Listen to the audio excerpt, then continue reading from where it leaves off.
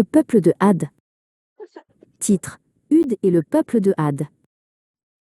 Mais cette puissance et cette prospérité les rendirent orgueilleux et ingrats.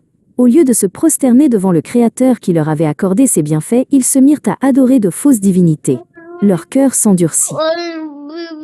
Ils devinrent tyranniques envers les faibles, fiers de leur force et de leur richesse.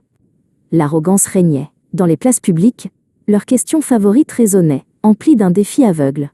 Qui est plus fort que nous? Allah, dans sa miséricorde, leur envoya l'un des leurs pour les rappeler à la raison, le prophète Hud. C'était un homme éloquent, sage et digne de confiance. Avec patience et clarté, il les appela au milieu des colonnades. Ô mon peuple, adorez Allah. Vous n'avez point de divinité en dehors de lui. Craignez-vous pas?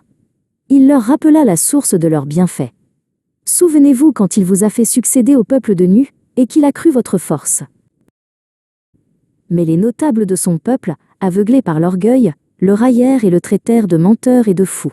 Ils lui dirent avec mépris: Ô Hud, tu n'es venu à nous avec aucune preuve. Nous n'abandonnerons pas nos divinités sur ta parole. Face à leur entêtement, Hud prononça l'ultime des aveux. Je prends Allah à témoin. Et vous aussi soyez témoins qu'en vérité je désavoue ce que vous associez à Allah. Je place ma confiance en Allah, mon Seigneur et le vôtre. Le décret divin tomba. Allah ordonna à son prophète Sallallahu alayhi wa sallam de partir avec le petit groupe de ceux qui avaient cru. La pluie fut détournée, les frappant d'une sécheresse implacable.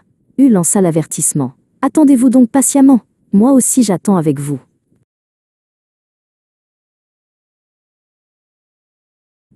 Alors qu'ils voyaient un nuage s'avancer vers leur vallée, ils crurent à la pluie. Mais ce fut un vent mugissant, glacial et très violent, Sarsar, qu'Allah déchaîna contre eux.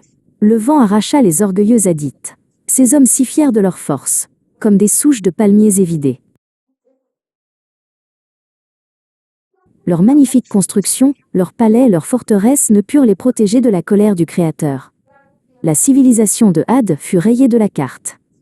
Seul Hud et le petit groupe des croyants furent épargnés, sauvés par la foi.